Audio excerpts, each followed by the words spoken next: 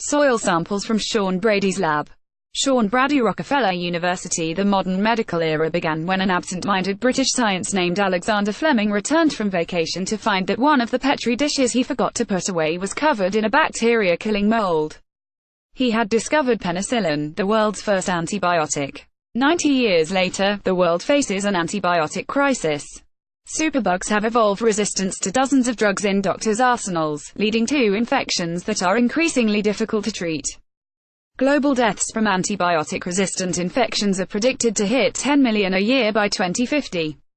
So in labs around the world, scientists are racing against time to cultivate new microbe-destroying molecules, but most of the low-hanging fruit has already been picked. With due respect to Fleming, microbiologist Sean Brady thinks it's time to shift tactics. Instead of growing antibiotics in a petri dish, he hopes to find them in the ground. Every place you step, there's 10,000 bacteria, most of which we've never seen, said Brady, a professor at Rockefeller University in New York. Many of these bacteria behave in ways that aren't yet understood and produce molecules that haven't been seen before.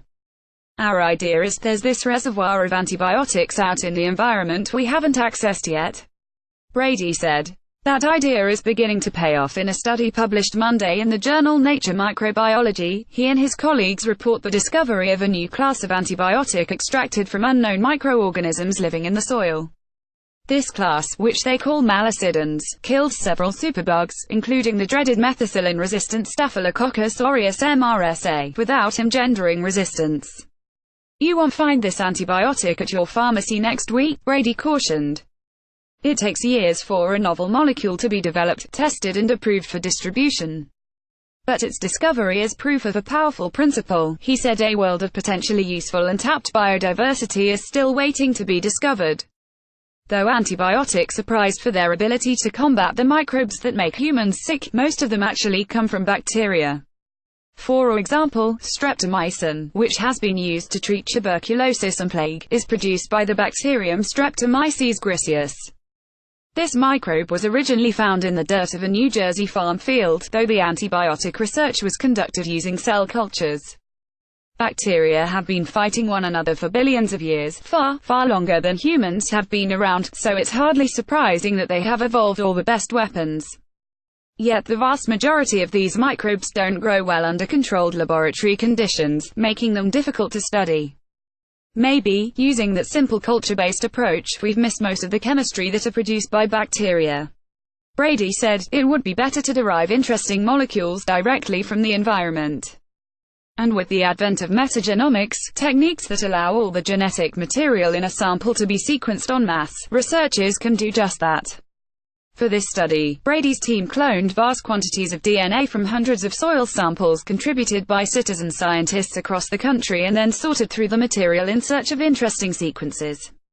Most of what's there is completely unknown, and that's the future, Brady said. He and his colleagues were looking specifically for a known gene associated with the production of calcium-dependent antibiotics, molecules that attack bacterial cells, but only when calcium is around.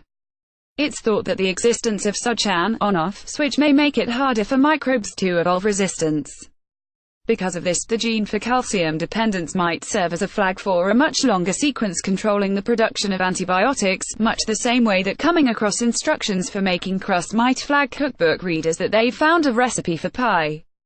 Having identified a sequence containing the calcium dependence gene, the researchers cloned it and injected it into a microbe that can be cultured. Soon enough, those microbes were making malicidins. When applied to cuts in the skin of MS-infected rats, the previously unknown molecule successfully sterilized the wounds. The bacterium DIDNT shows signs of resistance, even after 3 weeks of exposure.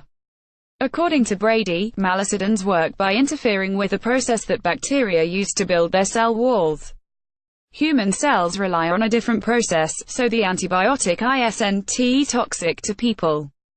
He and his colleagues don't know what species the molecules come from, but they don't need to. They already have the genetic blueprint for building it. The effort now is to scale it, he said.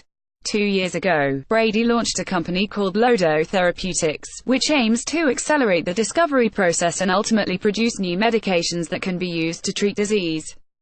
Brady is not the only scientist with this idea. Researchers elsewhere are using metagenomics to seek out new antibiotics in ocean water and insect guts.